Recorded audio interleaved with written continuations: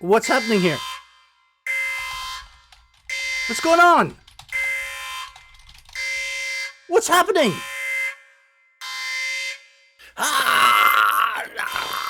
I created this channel to help new sellers. So in this video, I'm going to tell you about the biggest mistake I ever made that almost got my account permanently shut down. And I'll tell you about a few other things that will keep your cortisol levels at bay. My name is Matt, and welcome to Selling with Matt.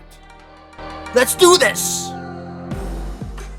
Before I used to go and sell on Amazon, I used to own a coffee franchise. I loved coffee. Look at that crema.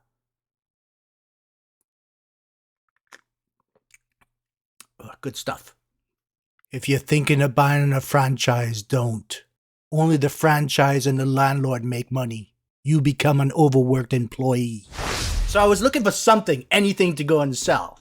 I just knew I didn't want to do a brick and mortar business because I knew the future was online. So I found a few YouTubers who were selling stuff. So I thought, maybe I'll try that. So I went on Best Buy and I started searching their site for stuff. While I was looking for discounted stuff, I found Angry Birds.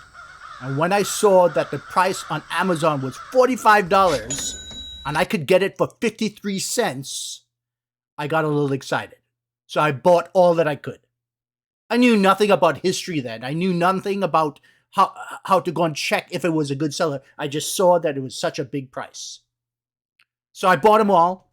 I sent them into Amazon. It took about 2 weeks to go and get to Amazon. And within the first week, all were gone. So I knew there was a business here.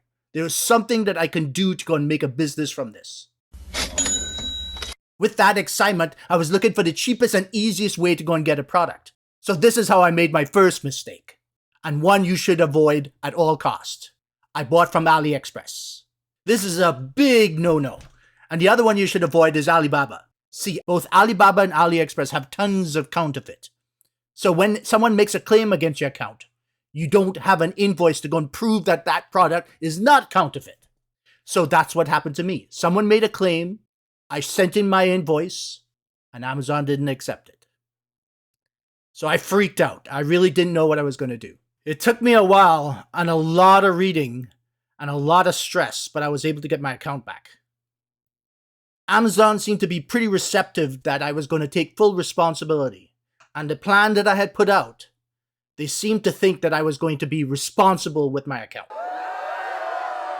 Our second mistake that we should try to avoid is one where we have a program like Keeper, Jungle Scout, Helium 10, and there's a product with one seller. And if you look at the history, that it's only been one seller. That's a good sign that you're going to get an IP claim. IP claim means intellectual property claim. So stay away. Also, I'd recommend to get a program like IP Alert or ASIN-Zen. And that will bring us to our third mistake that a lot of sellers go and make, which is buying products that have been known to making IP claims. These programs gather information from other sellers and put it in one database so that you can know if you're buying something that's going to get an IP claim. Trust me, it's worth every penny to go and get it. Because if you get a claim, it's a huge headache to go and deal with. The fourth mistake that Amazon sellers make is buying from third-party sellers on websites like Best Buy and Walmart. Now, these websites are good, but they're not good when they're third-party sellers. Amazon will not accept their invoice or their receipt as proof that the product is authentic. So stay away from it. What you'd want to do is to go down to retailer, press on Walmart.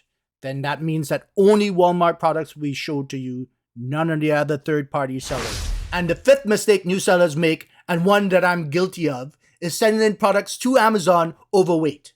So it's 50 pounds for the US and 25 kilograms for Canada. Because I've experienced this, I know this. You can lose the privilege to send into Amazon, or they can fine you. Lucky, I had good standing with Amazon, so they didn't give me either. But they definitely warned me. So I know for next time I won't be doing that mistake. And because the scales at Amazon are not always accurate, I always go 4 pounds below the maximum or 2 kilograms below the maximum in Canada. Well, that brings us to our sixth mistake, which is meltables. Some new sellers will try to sell all year. Big mistake. Now, Amazon will go and let you know that they don't want you to sell between October 16th and April 30th. Amazon will usually send out emails to go and warn you of this.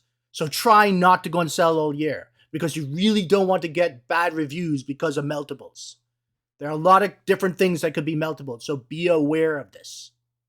I usually go and cut off 2 weeks before their deadline just to be safe because sometimes the heat will come on earlier and melt the things that you have. And I do not want to get bad feedback. Now we come to the 7th mistake. And this is the biggest mistake that I see all the time. A lot of new sellers fall for this trap, is drop shipping.